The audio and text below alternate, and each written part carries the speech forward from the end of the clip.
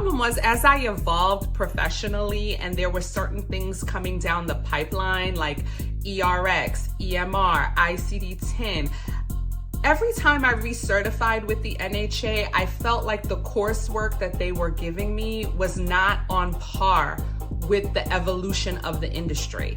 So for example, there was so much talk at that time about ERX and meaningful use and all these different things. But when I'm recertifying through the NHA, they're giving me articles to read on JACO. So I kind of felt like I was not being prepared adequately by the NHA for my career. And I know that there are a lot of medical assistants who are certified through the NHA, and they have no complaints about working with them. My assessment is that they probably invest more on the medical assisting side of their organization than the MBC side, because ultimately I ended up relinquishing my certification through the NHA, and I believe it's the CBCS credential. I ended up relinquishing my certification through them because I just felt like they were not keeping me up to speed on the industry and the changes in the industry. And I took my career very seriously, and if I was going to be a part of an organization, I wanted to be a part of an organization that I felt was at least keeping me abreast of what was going on.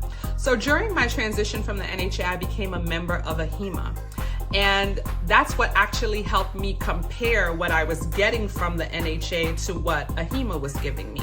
So one of the things that I love about AHIMA is always having the conversations about what's coming down the pipeline, even if you don't want to deal with it, because I remember they were talking about ICD-10 for years. And I would just roll my eyes every time I read those articles because I'm like, how are we going to ever be ready for ICD-10? But in retrospect, I appreciate that about AHIMA because they are always having the difficult conversations and letting people know, look, this is what's coming down the pipeline, so be ready. So I gravitated to AHIMA because I felt like it was keeping me abreast of what was going on. And eventually, once I relinquished my NHA certification, I became a certified coder, outpatient coder through AHIMA.